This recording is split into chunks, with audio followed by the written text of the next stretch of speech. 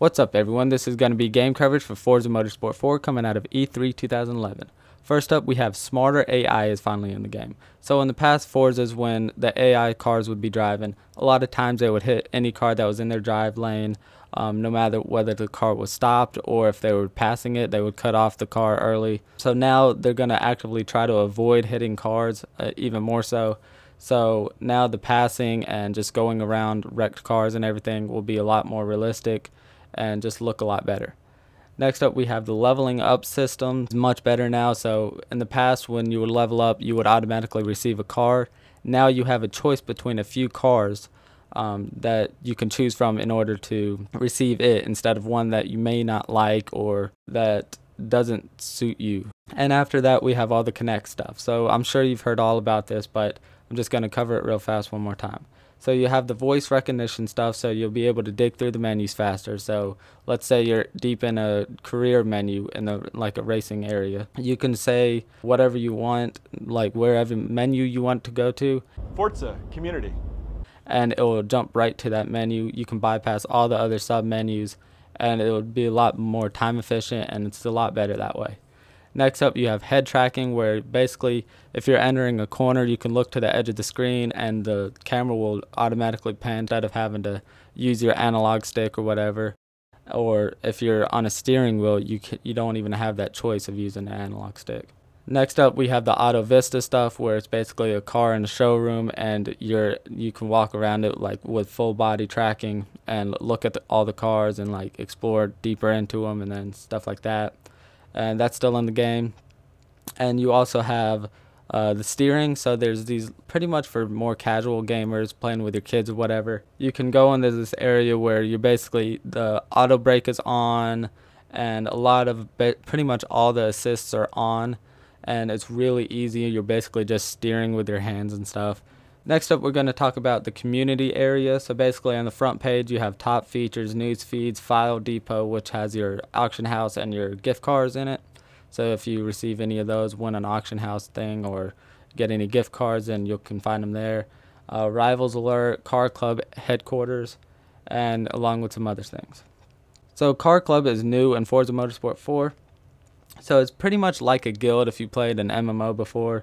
It's pretty much whoever like starts a car club will be the president of it. You can assign vice presidents, you can assign administrators, so you can have a total administration to organize everything for the car club. And the cool thing about it is that the car club would have a shared garage. So let's say someone puts a nicely tuned car into it, tuned for a specific track and everything. They put that car into it, they won't lose that car. That car will still be in their personal garage, but it'll also be in the shared garage.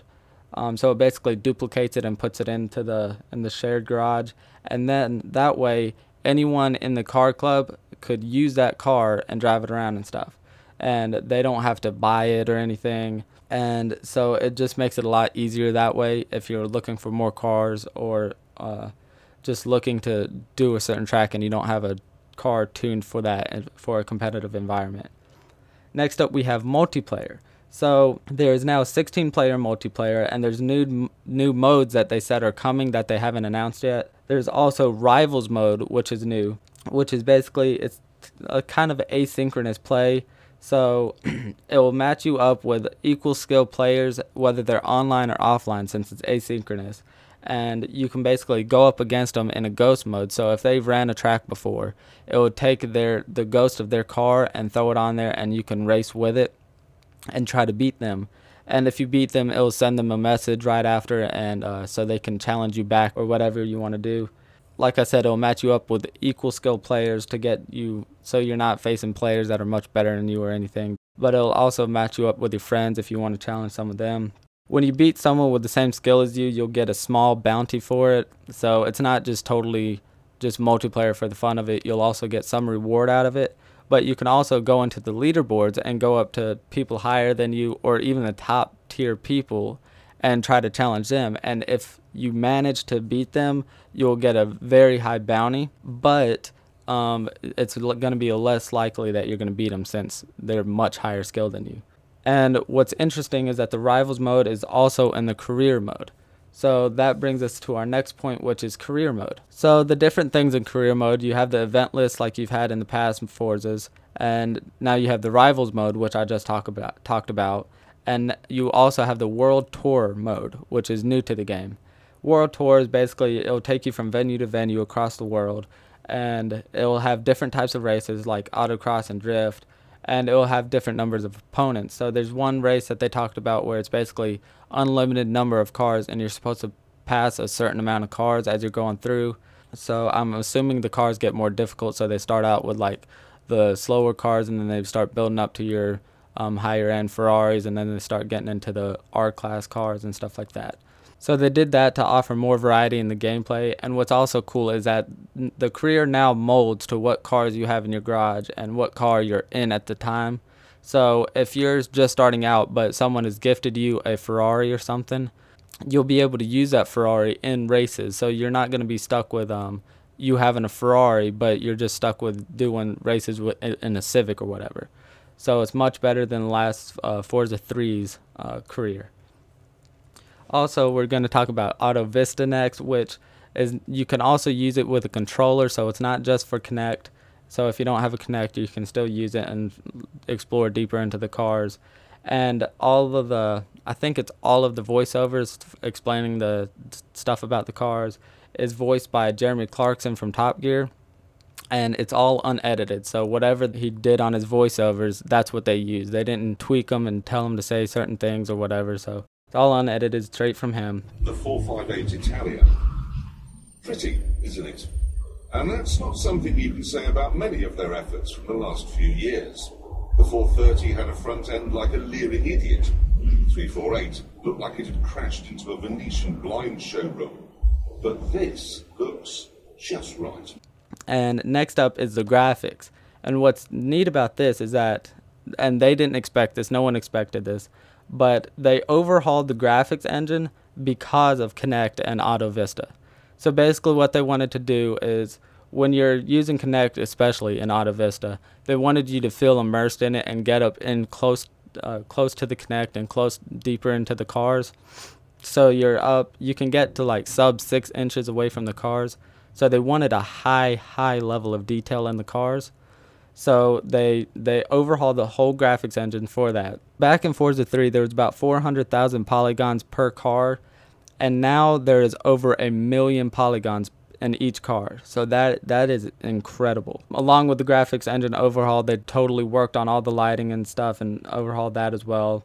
With the real-time lighting changes comes better reflections and stuff, and better bounce lighting. So if you're in the Alps or whatever racing and with the snowy environment, not only will you get the sunlight reflecting off the car, but you'll also get the light from the road and light from the snow hitting the car and tweaking it that way. There's also blooming and lens flares now in the game, which makes it more realistic, and the game runs at solid 60 frames per second. They've also totally rebuilt the physics engine, and what's cool about this is that not only will the cars just feel better while you're controlling them and stuff, but they also partnered with Pirelli, and they've completely redone the modeling for the tire dynamics. So what Pirelli did is they let Turn 10 inside their testing system, and Turn 10 took all of their tire data and put it directly into the game. So all the tire data that Pirelli had is now directly into the game for the whole engine to use. So it's going to be pretty much the exact same thing, which is awesome. I don't know if they've come out and said how many cars are actually going to be in the game, but there's going to be over 80 different manufacturers on board to put the cars in the game. And of course, they're going to also support tons of DLC like they did in Forza 3. And there's also going to be different wheels coming out now for the game, so for controllers and everything. So there's going to be a CSR one and a CSR Elite. You can get those. I'm not going to go deep into the details of the wheels and stuff because I don't have the time. But there's those two. Those are basically the top ones. And there's also the wireless speed wheel, which is $60, and that's just going to be your casual if you want a wheel or something. It's not that great, though. And there's also Mad Catz wheels for the third-party wheels if you want those coming out later. That's going to be it for this video. That's all I have on Forza 4. Check out my channel for more E3 coverage, and any likes, comments, or subscriptions will be highly appreciated. And I'll catch y'all later. See ya.